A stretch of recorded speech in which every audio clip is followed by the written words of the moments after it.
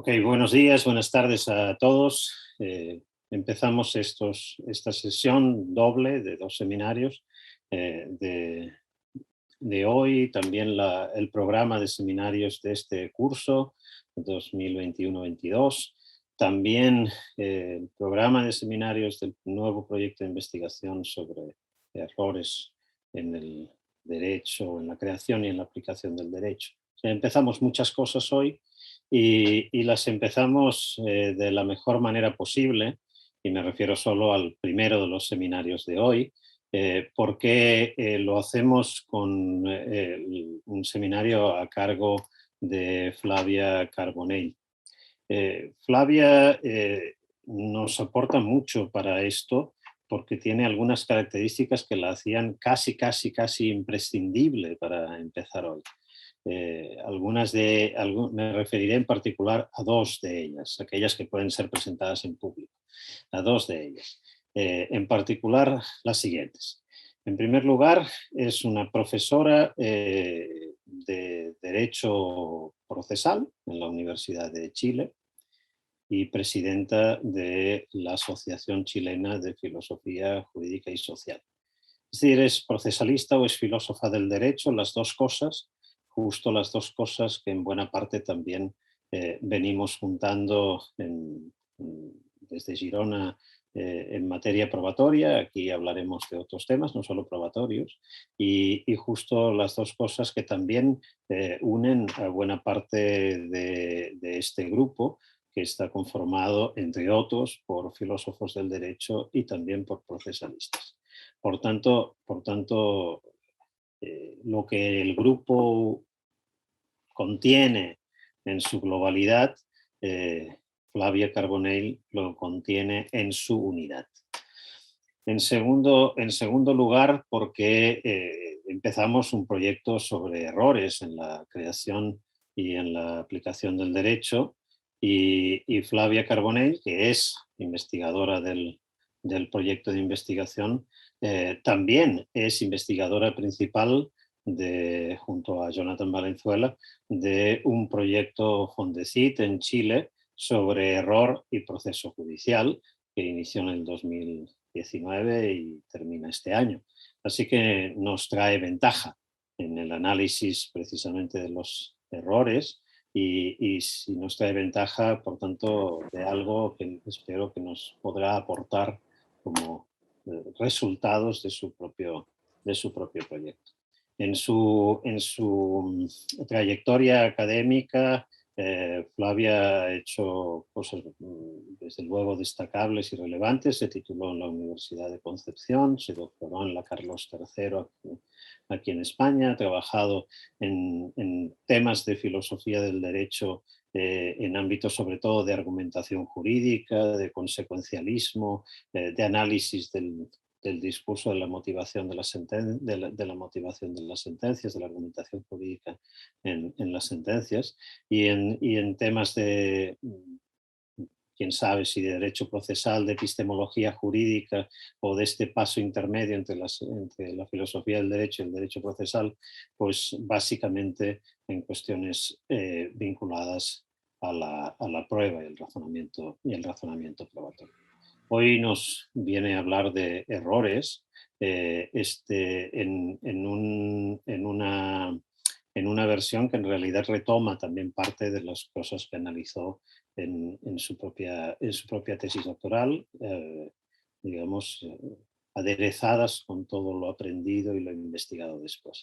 Así que es un placer contar contigo, Flavia, que hayas aceptado participar en este primer seminario del año, primer seminario del proyecto, y sin más, es tu tiempo, 40-45 minutos, y después debatiremos. Bueno, muchas gracias, Jordi. Me da un poco vergüenza la presentación. Para mí este es un foro muy importante, muy exigente, que además, digamos, se integra por personas a quienes les tengo mucha admiración intelectual y mucho cariño personal. Entonces, hay muchas de las cosas que dijo Jordi que me imagino que se deben también a estas relaciones personales. He aceptado encantada la invitación, pese a que seguramente tendré más dudas que respuestas, con un tema que ustedes dirán, bueno, pero si lo trabajó en su tesis doctoral, cómo todavía no se decide en algunas cuestiones? Bueno, me imagino que eso es lo que pasa cuando uno da vueltas sobre un mismo tema, ¿no? Va recolectando dudas y va quizás teniendo más cuidado cuando emplea incluso el lenguaje en estas materias. Por lo tanto, eh, tomé esta invitación como un momento para que podamos conversar sobre algunas cuestiones que pueden ser relevantes en general para este proyecto de investigación que me parece, digamos, que de forma colectiva puede tener grandes resultados y quizás como también adelantó Jordi, no, no me, no me referiré directamente a errores en la creación del derecho, que es un ámbito que no he explorado mucho, sino más bien en la aplicación, del mismo, ¿no? Dicho esto también, bueno, en la invitación se me decía, bueno, ¿por qué no retomamos? También lo hablé con Henry, que está por acá, y algunos de ustedes lo tengo apuntado, me lo indicó en algún seminario que tuvimos el 2020. ¿Por qué no retomas algunas cuestiones de la idea de decisión judicial correcta, ¿no? Para analizar el error? Entonces me metí en ese desafío, no sé si lograré eh, hacerle honor a esta instancia, pero de eso un poco les voy a hablar con un título más pretencioso de lo que voy a decir en estos minutos. Voy a partir directamente, ¿no? En el lenguaje jurídico, un juicio que afirma que una decisión jurídica es correcta supone como contrapartida que existen también decisiones jurídicas que pueden ser calificadas como incorrectas. De forma análoga, la afirmación de que hay decisiones susceptibles de ser calificadas como erróneas supone su opuesto, esto es, que hay decisiones no erróneas.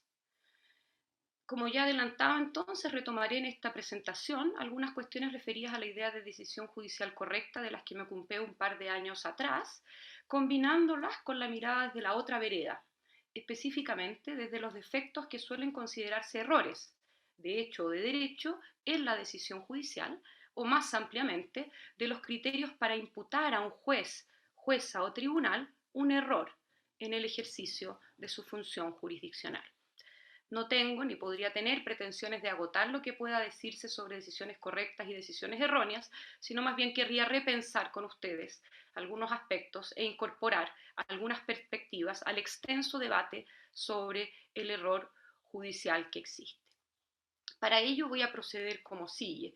En primer lugar, comenzaré señalando lo que he llamado un significado genérico de correcto, ¿no? Significado genérico que deriva de un juicio de contraste, que ya explicaré, y plantearé que podemos extender este significado a el calificativo erróneo, ¿no?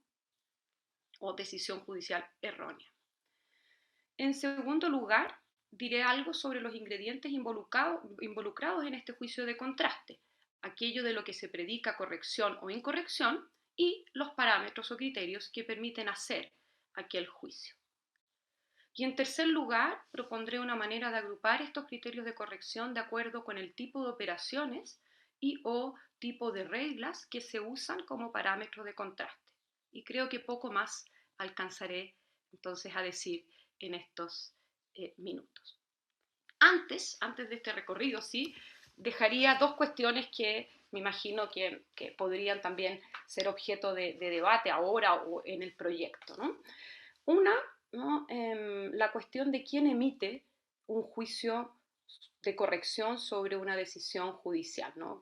¿Quién emite este juicio de esta decisión judicial es errónea, esta decisión judicial es correcta? De momento, usados como intercambiables. Y una segunda cuestión sobre también el tiempo del error, que no creo que alcance a abordar en profundidad acá, pero me parece que son relevantes. Por una parte, quien afirma que una decisión es errónea, imputa o atribuye a quien la dictó algún tipo de defecto, defecto en la justificación, incumplimiento de una regla procesal, etc. Un error probatorio, que será el tema, por lo demás, de la ponencia principal, diría yo, del seminario de esta tarde que la dará Jordi. Pero esta imputación, atribución, ¿no? De un tipo de defecto, ¿no? A una decisión dictada por un juez o por una jueza, no produce directamente efectos jurídicos, ¿no? Sino que se requiere que se haga a través de alguno de los mecanismos de impugnación del sistema procesal.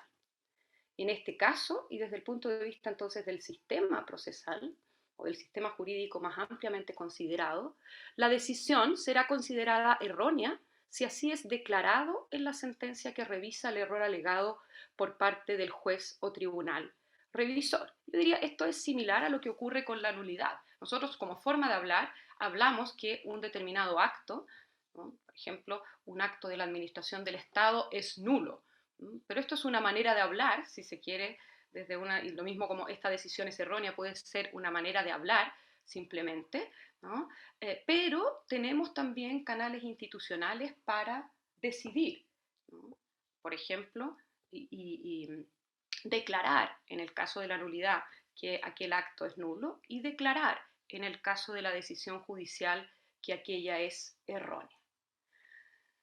Si ya se ha alegado que la decisión es errónea y el tribunal competente para corregirlo no la reconoce como tal, o si transcurre la oportunidad procesal respectiva, entonces podría decirse bien que el sistema la reconoce como decisión correcta o libre de errores, que yo diría que no es la mejor vía, bien que al sistema ya no le preocupa su corrección, sino su definitividad. Sin perjuicio de lo cual, luego que aquella decisión es definitiva, podamos los juristas seguir mirando esa decisión como una que contiene errores, pese a que es definitiva. Y la segunda cuestión previa también, que no supe dónde ponerla, digamos, y por eso la pongo aquí en esta primera parte, es la dimensión temporal, ¿no? Del juicio sobre corrección, ¿no? Incorrección, ¿no? O error en una decisión judicial. ¿Puede considerarse incorrecta una decisión adoptada en un tiempo T sobre la base de un acervo probatorio AC que no consideraba un elemento probatorio relevante o en el que no existía un avance científico que permitiese reducir errores, por ejemplo, de condenas falsas? Sería un caso como este cuando, eh, para citar una regla chilena, pero entiendo que existe algo parecido también en el ordenamiento jurídico español y en otros ordenamientos jurídicos, cuando con posterioridad a una sentencia condenatoria que adquiera la calidad de cosa juzgada, ocurriera o se descubriera algún hecho o apareciera algún documento desconocido durante el proceso que fuere de tal naturaleza que bastare para establecer la inocencia del condenado. Aquí pareciese ser que se pone el legislador en la hipótesis, ¿no?, de que la decisión puede haber estado justificada de acuerdo con la información disponible al tiempo de dictarla y que la falsedad solo pudo ser sobrevinientemente constatada. En una línea similar, y frente a la pregunta ¿puede hablarse de sentencias incorrectas si no había manera de escapar del error?, Gaetano Carlizzi, en un libro de este año sobre el error judiciario, identifica que hay errores que son ineludibles o inevitables para el juez, como aquellos generados por la incapacidad del juez de prever el criterio probatorio que preferirá otro juez llamado a revisar su elección, o generados por la incapacidad del juez de descubrir la falsedad de información empírica que es aparentemente fiable, ¿no? Información empírica que puede tomar la forma de prueba testimonial, pericial o confesional. Entonces me interesaba, antes de ir al recorrido directamente, poner en referencia que es importante saber quién emite este juicio y saber que hay una perspectiva sistémica sobre la decisión de considerar una sentencia judicial como correcta o errónea. Y también me interesaba poner de manifiesto esta idea de la decisión, de la dimensión temporal, ¿no? ¿Cuándo podemos hablar sobre un error si es que no teníamos las condiciones para adoptar una decisión correcta? Pero ahora, solamente para dejar estas cuestiones apuntadas, vuelvo al recorrido prometido. En el lenguaje común se dice que algo es correcto cuando se quiere emitir un juicio positivo sobre ese algo. Este mismo signo aprobatorio está presente cuando se usa la expresión en otras áreas especializadas del conocimiento, como la teoría y la práctica del derecho, la filosofía de la ciencia y la filosofía moral. Genéricamente, correcto o corrección, y sus antónimos incorrecto e incorrección, no tienen ningún significado sustantivo a priori.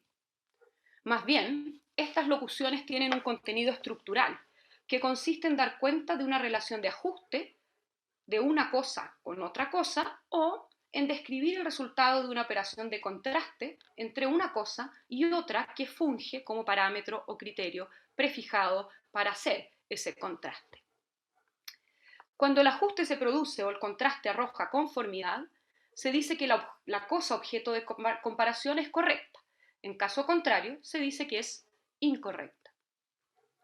Me parece importante destacar este sentido estructural del adjetivo correcta o correcto y del sustantivo corrección, en tanto permite considerarlos como un paraguas terminológicos que posibilita la reconstrucción de distintos debates filosóficos jurídicos que versan sobre qué es lo que hace que una decisión judicial sea una decisión correcta. A primera vista, solo a primera vista, sucede algo un tanto distinto con el uso común de la palabra error. Generalmente, el error se vincula con una operación cognitiva defectuosa o con los enunciados que se generan a partir de aquella y que pueden calificarse como falsos, en tanto que describen algo que no ocurrió o no ocurrió de la forma en que se afirma haber ocurrido. El mismo Carlizzi denomina este defecto en el proceso para adquirir conocimiento, tautológicamente podría decirse también a primera vista, error epistemológico, que consistiría precisamente en tener o formar una creencia falsa que no se corresponde con la realidad a la que se refiere. Continúa argumentando este autor que, en tanto este defecto de correspondencia no puede constatarse directamente, debe hacerse identificando que, en un caso concreto, en el caso concreto de esta afirmación, se han contravenido criterios cognitivos comunes para la generación de creencias verdaderas justificadas. Un ejemplo de esto sería, por ejemplo, afirmar que fue un error decir en algún momento que la Tierra era plana. Podría decirse que un ejemplo como este último constituye un tipo de juicio de incorrección que expresa que un enunciado, la Tierra es plana, es falso. Quizás algo menos frecuentemente, el error también se predica de acciones. Por ejemplo, cometió un error al casarse. Y en este punto, entonces, la noción de error se amplía para dar cuenta tanto de una creencia falsa como de acciones incorrectas que se basan en una creencia falsa. No obstante, hay dos matices que hacen que el adjetivo erróneo y el sustantivo error dentro del ámbito de lo jurídico funcione de manera bastante más parecida a correcto y corrección que esta primera aproximación. Por una parte, diría yo, comparte este sentido estructural en el que se contrasta algo, un enunciado o una acción, con un parámetro, criterio o regla. Por otra parte, en el lenguaje de los juristas, el calificativo erróneo se extiende también a consideraciones jurídicas que se estiman defectuosas, por ejemplo, a enunciados que atribuyen significados a los textos normativos, por ejemplo, un enunciado interpretativo erróneo, y no solo a consideraciones fácticas. Si bien entonces nada obsta que podamos decidir adoptar a nivel teórico un uso restringido o estricto de la expresión error o erróneo para aludir, ¿no?, a un error epistemológico en consonancia por lo demás con una vasta tradición filosófica, parece necesario hacernos cargo de este uso amplio de la expresión error, ¿no?, que tiene amplitud que se ve, diría yo, reflejada especialmente en el ámbito jurídico procesal.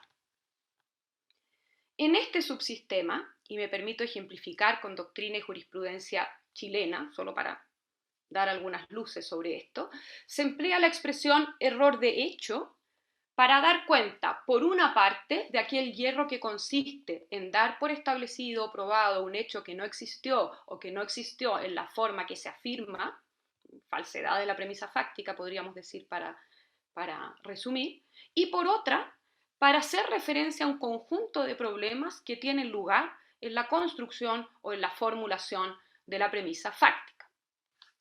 Por ejemplo, no se valora toda la prueba rendida o se resuelve sobre la base de elementos probatorios no incorporadas en juicio. No se indica el valor de cada una de las pruebas cuando se está decidiendo, ¿no?, valorando la prueba por parte del tribunal.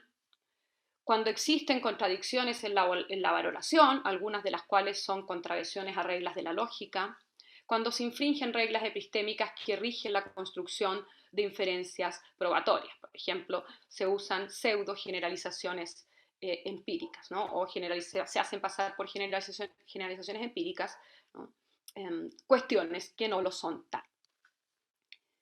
Por su parte, ¿no?, y siguiendo con la idea de que en materia, sobre todo jurídico-procesal, ¿no?, se hace un uso un poco más amplio del término erróneo, no solo para aludir a esta idea de error epistemológico, ¿no? Por su parte, entonces, la doctrina y jurisprudencia chilena ha entendido que constituyen casos de error de derecho, ¿no?, que permiten activar en este caso una causal de impugnación específica del recurso de casación en el fondo civil, que reza de la siguiente manera: infracción de ley que influya sustancialmente en lo dispositivo del fallo, pero en este momento no me parece esa parte tan relevante, ¿no?, como casos de error de derecho los siguientes.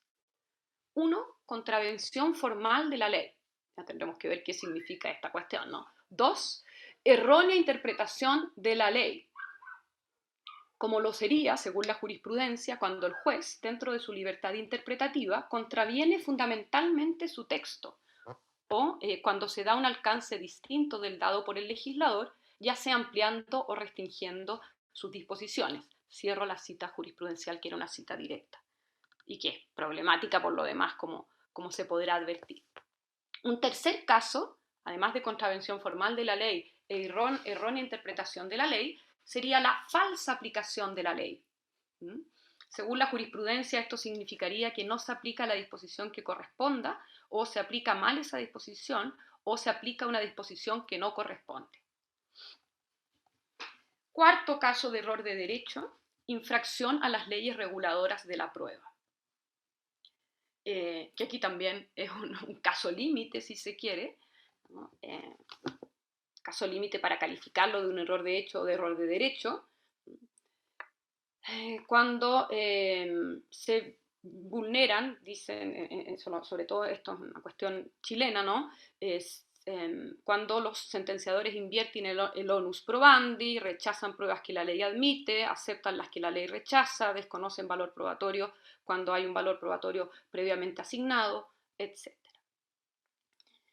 Así, ¿no?, con esto querría sugerir que hay que tomar una decisión terminológica que se haga cargo de los antes mencionados usos.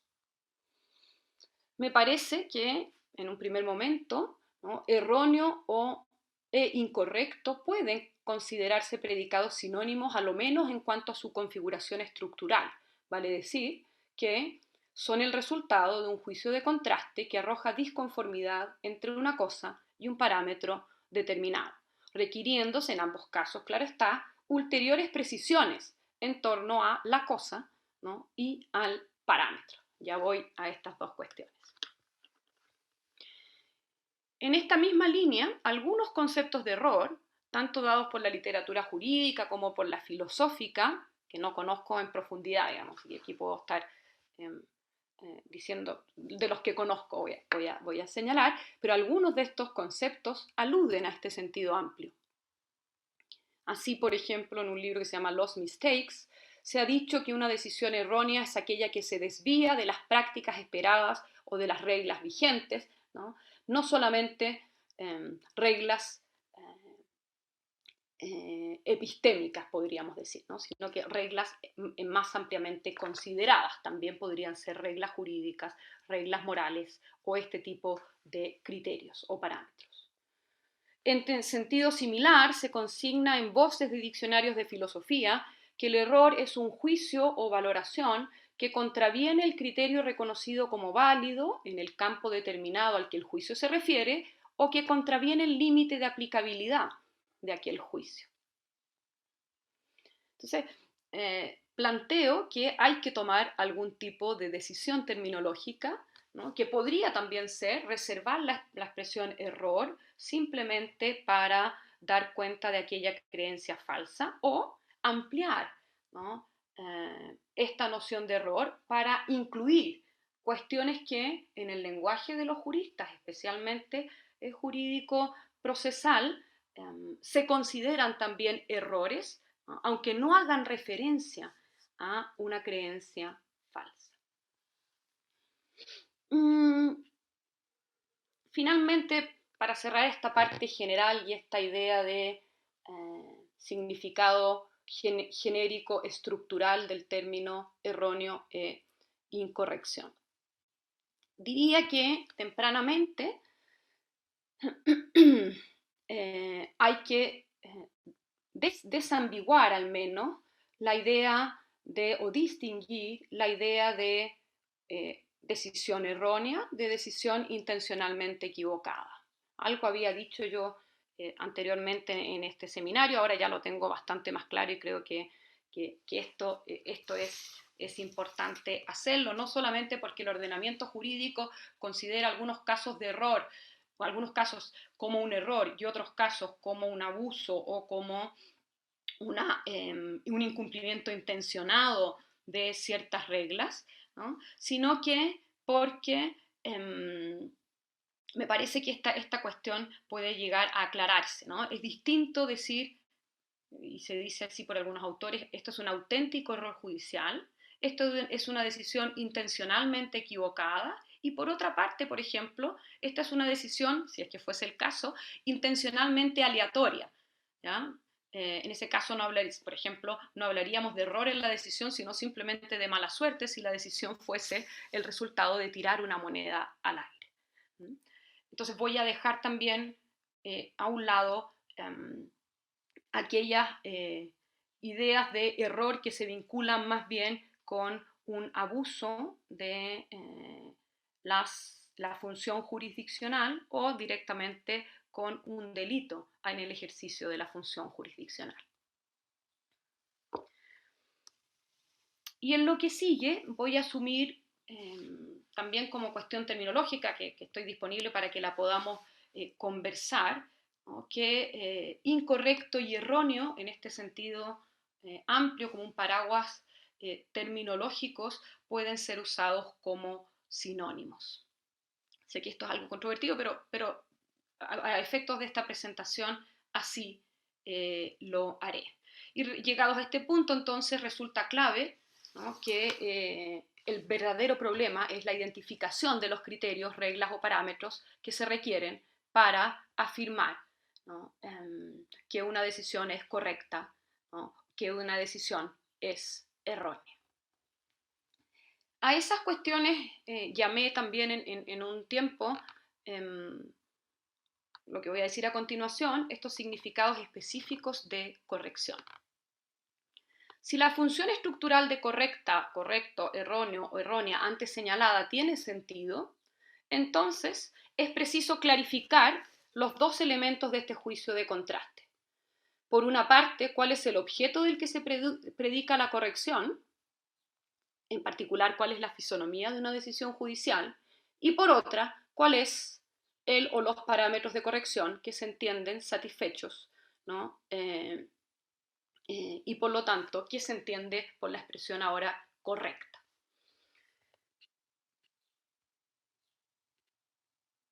En cuanto a la fisonomía de la decisión judicial no voy a decir mucho, me imagino que aquí también hay más expertos que yo en esto y que más o menos se conoce una cierta literatura respecto de esto, que yo daré por buena, ¿ah?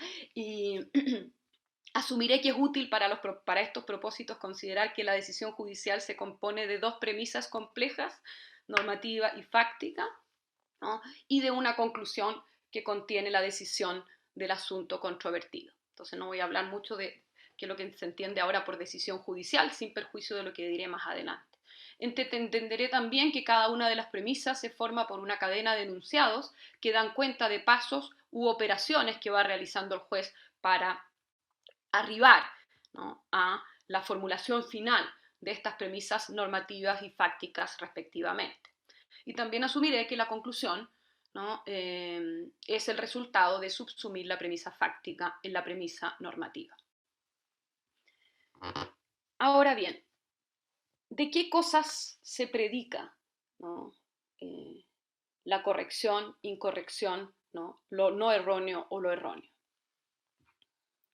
Dependiendo del tipo de cosas de que se predica, el ajuste a un determinado parámetro y del tipo de operación de ajuste involucrada, creo que hay al menos dos grandes tipos o posibles significados específicos, todavía no concretos, ¿no? Los concretos serían ya a la luz de un ordenamiento jurídico determinado, específicos de corrección. Corrección epistémica y corrección axiológica. Esto también es parte de las cuestiones antiguas que, bueno, no tan antiguas, pero por ahí. Por una parte, los adjetivos correcto e incorrecto se emplean para calificar versiones o enunciados sobre hechos. Más ampliamente, se predican de las afirmaciones que cumplen con determinados criterios de validación. Desde un punto de vista epistémico, decir que un enunciado es correcto equivale aproximadamente a afirmar, o equivale directamente a afirmar, que es verdadero. Ello significa que su calificación como correcto implica una operación cognitiva de contraste entre el enunciado y un criterio, ¿no? En el caso de la teoría dominante, ¿no?, ese criterio es correspondencia, ¿no?, si es que se asume la teoría de la verdad como correspondencia con la realidad. En adelante, entonces, diría, ¿no?, que corrección epistémica o corrección como problema epistémico pueden usarse como expresiones sinónimas. Y un ejemplo muy sencillo de este tipo específico sería,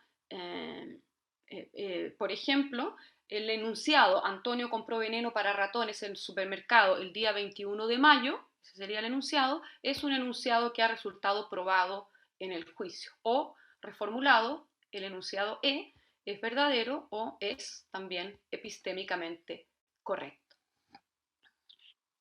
Por otra parte, los adjetivos correcta e incorrecta califican acciones, normas o decisiones cuando cumplen con determinados criterios o estándares fijados por la moral o por el derecho.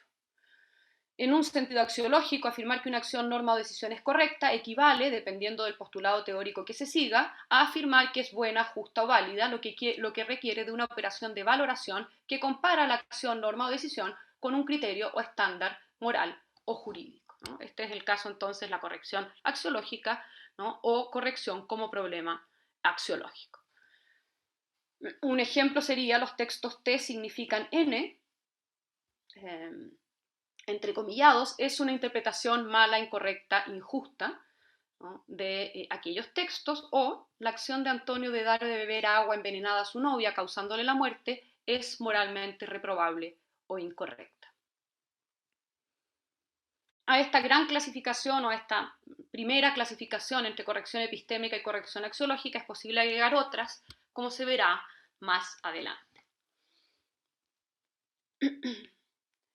Ahora bien, siguiendo con estos criterios específicos, o este significado, perdón, específico de corrección, que yo les decía para saber, ¿no?, este significado específico tenemos que ver por una parte cuál es el objeto del que se predica corrección, ¿no?, cuál es la fisonomía de la decisión judicial y cuáles son los parámetros de corrección que se entienden satisfechos.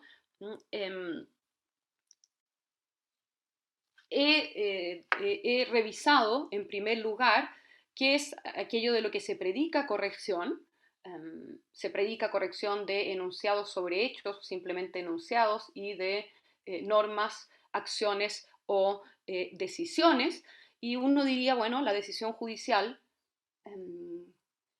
involucra en ambas premisas, me atrevería a decir, ¿no?, aunque más en un caso que digamos, quizás en un caso más criterios de corrección epistémica y en otro caso más criterios de corrección axiológica, pero en ambas premisas, ¿no?, involucra este tipo de enunciados o decisiones. Em, y entonces correspondería ahora avanzar a una cuestión que tampoco es un misterio y que aquí quizás donde nos jugamos de si este tipo de análisis nos va a conducir a buen puerto o no. Apuntados entonces estos principales tipos de corrección que vienen dado tanto por la cosa que es objeto de contraste como la clase de operaciones de ajuste que se lleva a cabo, una siguiente ambigüedad del término correcta viene dada por los diversos usos que de él hacen filósofos, juristas y teóricos y la consiguiente entonces pluralidad de significados resultantes. En realidad, y esto no es un misterio a estas alturas, el significado de correcta es theory dependent, es decir, depende de aproximaciones teóricas e ideológicas, aquí lo uso en sentido amplio, theory dependent, que condicionan el juicio de corrección. Respecto de esta última cuestión, no es mucho lo que ahora podría señalar, ¿no? ¿Por qué? Porque este segundo elemento, ¿cuáles son los postulados teóricos e ideológicos que proponen, sobre todo, criterios de corrección axiológica? Supone una revisión muy, muy amplia que yo no soy capaz de hacer de estas discusiones a nivel de teoría del derecho. Implicaría a lo menos revisar las principales ideas acerca de la corrección a nivel de concepto de derecho, interpretación del derecho y aplicación del derecho, ¿no? Y eso en sus vertientes teóricas e ideológicas, y por lo tanto no tengo la capacidad para hacer aquello. Pero me parece que desde el punto de vista metateórico tenemos que tener en cuenta esta cuestión. Desde el punto de vista teórico luego uno puede adoptar un determinado concepto de derecho, ideología sobre el concepto de derecho, teoría de la interpretación, ideología de la interpretación, teoría de la aplicación del derecho, ideología de la aplicación del derecho, y construir una respuesta y unos criterios concretos respecto de qué vamos a considerar en este sentido como criterios para predicar la corrección, sobre todo de normas, decisiones y acciones. Recapitulando, para saber qué quiere decir un jurista, por ejemplo, con la palabra correcta empleada en la frase la decisión judicial X es correcta, he intentado, en primer lugar, recapitulando, pero todavía no voy a cerrar, ¿no? Entre significados, distinguir entre significados genéricos y significados específicos. Genéricamente correcta, ¿no?, denota una relación estructural de ajuste entre una cosa y un parámetro. Específicamente el significado de correcta depende de dos elementos. Primero, del tipo de cosa que se contrasta y del tipo de operación que se lleva a cabo al contrastar. Y segundo, de postulados teóricos e ideológicos que asume quien realiza el juicio. Con respecto al primer elemento, tipo de cosa que se contrasta y tipo de operación, los principales significados que pueden ponerse en discusión son corrección epistémica y corrección axiológica. En el primero de los casos, las cosas objeto de contraste son enunciados descriptivos y la operación es cognitiva, esto para resumir, y en el segundo, la cosa objeto de contraste son decisiones, normas y valores, y la operación es valorativa. Para la aplicación de estos criterios a la decisión judicial hay que tomar en cuenta, algo que solamente enuncié antes, el carácter complejo de las premisas que componen aquella decisión. Aunque en un primer momento uno podría decir que la corrección de la premisa fáctica como un todo, ¿no?, principalmente se relaciona con su posibilidad de afirmar que aquella es verdadera o falsa, ¿no?, precisando que el test de contraste epistémico se aplica precisamente a estos enunciados descriptivos, uno podría pensar que y aquí saben mucho más, ustedes saben mucho más, Jordi, sobre estas cuestiones, también, ¿no?, en esa formulación de la premisa fáctica hay operaciones de valoración. A su turno,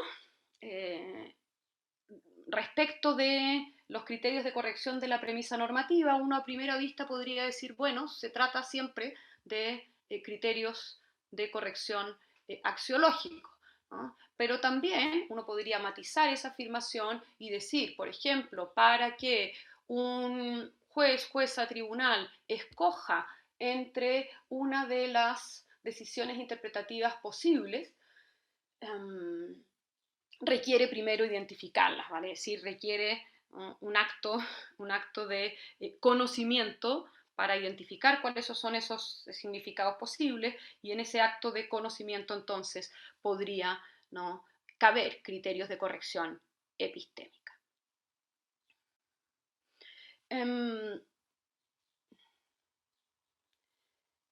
Dicho también entonces que no puedo revisar aquí cuáles son los postulados teóricos e ideológicos que dan cuenta, cuáles son las propuestas de criterios de corrección a partir de determinados postulados teóricos e ideológicos relativos al concepto, interpretación y aplicación del derecho.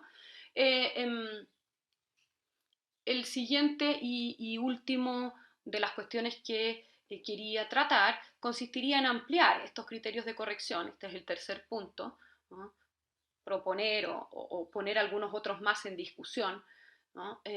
Estos dos criterios de corrección, epistémicos y axiológicos, a otros, ¿no?, a otros criterios que darían cuenta de operaciones y o de reglas que se usan como parámetro de contraste, que no parecen poder incluirse de manera pacífica en estos dos.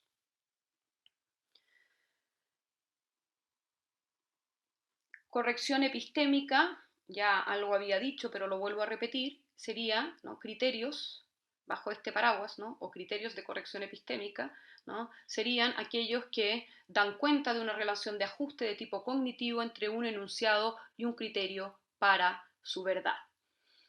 Así, un juicio de corrección epistémica es una fórmula de validar enunciados descriptivos que apela a alguna forma de comprobación empírica. Esto no es ningún misterio.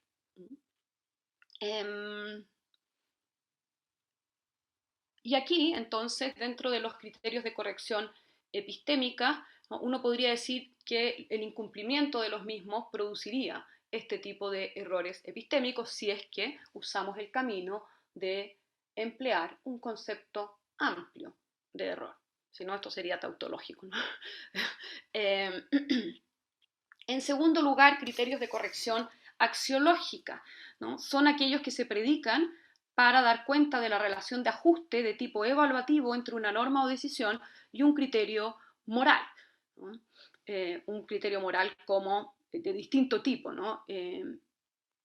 Puede ser coherencia axiológica, puede ser universabilidad, puede ser algún tipo de teoría de la justicia, ¿no? Pero estos parámetros básicamente evalúan la bondad, ¿no?, justicia, validez de aquella norma, acción o decisión, o dicho de otra manera, consagran preferencias éticas, jurídicas y políticas.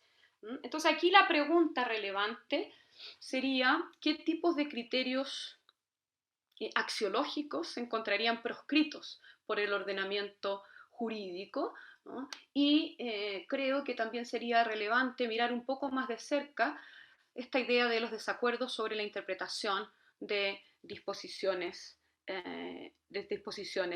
normativas. Sobre esto también ha escrito el profesor Ferrer, cuando dice que, cuando, digamos, se defiende de la idea de que si uno asume una determinada teoría de la interpretación, una teoría de la interpretación escéptica moderada, entonces renunciamos a la posibilidad de hablar sobre errores, ¿no?, en la interpretación, ¿no? Y la defensa me parece completamente correcta. Aún adoptando ya una determinada teoría sobre la interpretación, existiría la posibilidad de hablar de error de las decisiones judiciales o de afirmar que los jueces se equivocan, porque aquello depende simplemente de que existan parámetros de corrección que sean independientes de la decisión de la persona que emite, ¿no?, este juicio para saber si es correcta o errónea. Pero muy simplemente dicho, ¿no?, adoptar una posición como esta y adoptar la posibilidad de que existan, ¿no?, estos desacuerdos interpretativos, eh, desde una determinada teoría de la interpretación, no abdica del todo de decir que hay algunos de estos criterios que no podrían usarse para, en esta operación de interpretación del derecho, ¿no? Por ejemplo, atribución de significados imposibles, ¿no? O, por ejemplo, atribución de significados utilizando criterios que son completamente ajenos, argumentos interpretativos, a la cultura jurídica.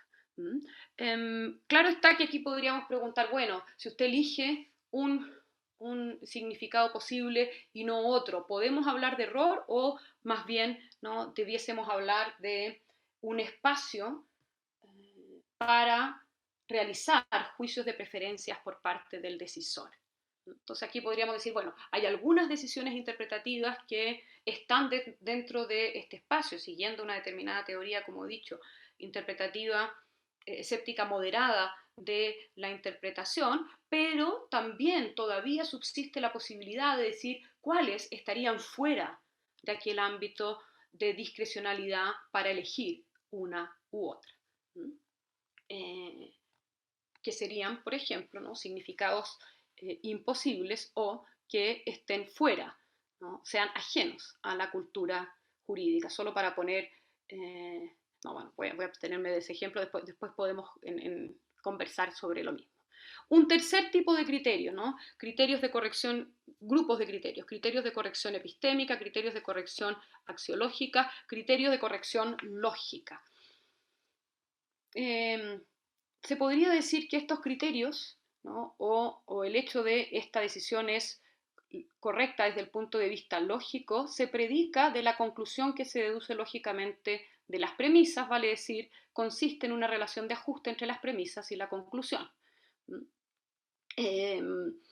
Aunque esta corrección lógica también podría predicarse en estadios anteriores al de la decisión final, de la propia configuración de las premisas fácticas y normativas, ¿no? Entonces, esto me parece, y así también he visto algunos catálogos, ¿no?, de errores lógicos, que se distinguen incluso entre errores lógicos formales y errores lógicos materiales, que ahí podríamos luego afinar la elaboración de estos catálogos, pero me parece que este tipo de criterios de corrección es distinto a los dos anteriores y cabe, por lo tanto, identificarlo de manera diversa. Dos cuestiones más, para no excederme del tiempo que me ha sido conferido. Hay otros criterios que parecen no decir necesariamente relación con cuestiones epistémicas o con cuestiones axiológicas ni lógicas, sino que más bien quieren dar cuenta de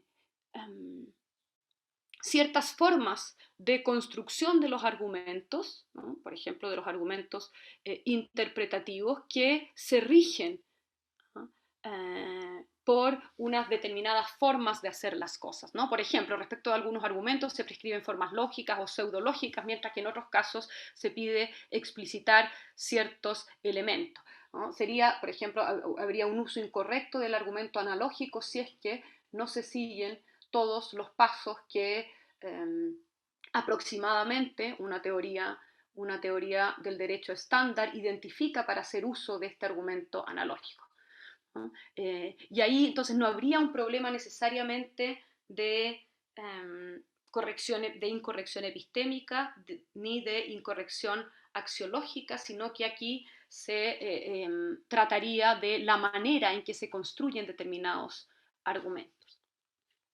Y quizás también aquí podrían incluirse algunos errores o digamos, algunos criterios de corrección en la formulación de la premisa fáctica, ¿no? Por ejemplo, criterios para elaborar inferencias probatorias. Y finalmente, y aunque sigo con dudas, me parece que hay algo que estos criterios antedichos todavía no dicen, ¿no? Y yo en algún momento lo llamé criterios de corrección jurídica mínima. Tengo muchas dudas sobre esto, pero ¿qué se quería captar con esto? Bueno, que hay algunas, al cumplimiento de ciertos presupuestos contextuales de la aplicación judicial del derecho, que son un punto de partida para aplicar los otros criterios de corrección en orden a juzgar la decisión resultante, ¿no? Y aquí incluía que el juez o jueza identificase y aplicase disposiciones normativas válidas del sistema jurídico, ¿no?, válidas desde el punto de vista de la validez formal, esto siguiendo obviamente ciertos presupuestos teóricos que ustedes podrán ya sospechar, y en segundo lugar, que cumpla con algo que así le llama Wroblewski, pero no estoy segura de cómo podría esto todavía mejorarse, ¿no? Corrección jurisdiccional, ¿no? Que se cumpla con determinadas reglas procesales que establecen competencias y procedimientos, ¿no? En términos de relación de ajuste, también podríamos decir, ¿no? Se trataría aquí de una relación de ajuste entre la disposición normativa y su validez formal en el primer caso, y en el segundo caso una relación entre la decisión jurídica y las reglas procesales y de competencias del sistema jurídico respectivo. Como se hace evidente entonces de esta agrupación de criterios, que podría obviamente mejorarse y luego de mejorarse especificarse, entre cada una de ellas varían los objetos y al interior de una misma categoría pueden igualmente variar los parámetros de contraste. Y lo único que sobrevive, diría, es la idea de corrección como relación de ajuste entre una cosa y un parámetro elegido o predefinido. A partir de tales categorías también, uno podría señalar que el incumplimiento de los criterios de corrección epistémica, axiológica, lógica, etc., podría traducirse en describir, ¿no? Aquel incumplimiento como un error lógico, epistémico, axiológico, técnico, etc. Y ya para cerrar y simplemente agradecerles la paciencia, ¿no? y pedirles las disculpas en momentos en que pueda haber estado un poco espesa para hacer un... Bueno, acá es en la mañana, ¿no? Allá ya es en la tarde, así que... Bueno, esto no quiere decir que yo no tenga una postura sobre alguna de estas cuestiones que he tratado de describir de manera o desde de la metateoría, ¿no? Después tendríamos que discutir. Yo creo que no se puede, no es plausible una tesis de la única respuesta correcta. Sí hay casos en que claramente podemos decir cuándo una decisión es incorrecta, y también quizás lo que nos queda es hablar de mejores y peores decisiones, ¿no? Mejores y peores decisiones que debiesen revisarse a la luz de las suboperaciones que están involucradas sobre todo en la formulación de la premisa fáctica y de la premisa normativa, y que quizás en una oportunidad anterior, ¿no?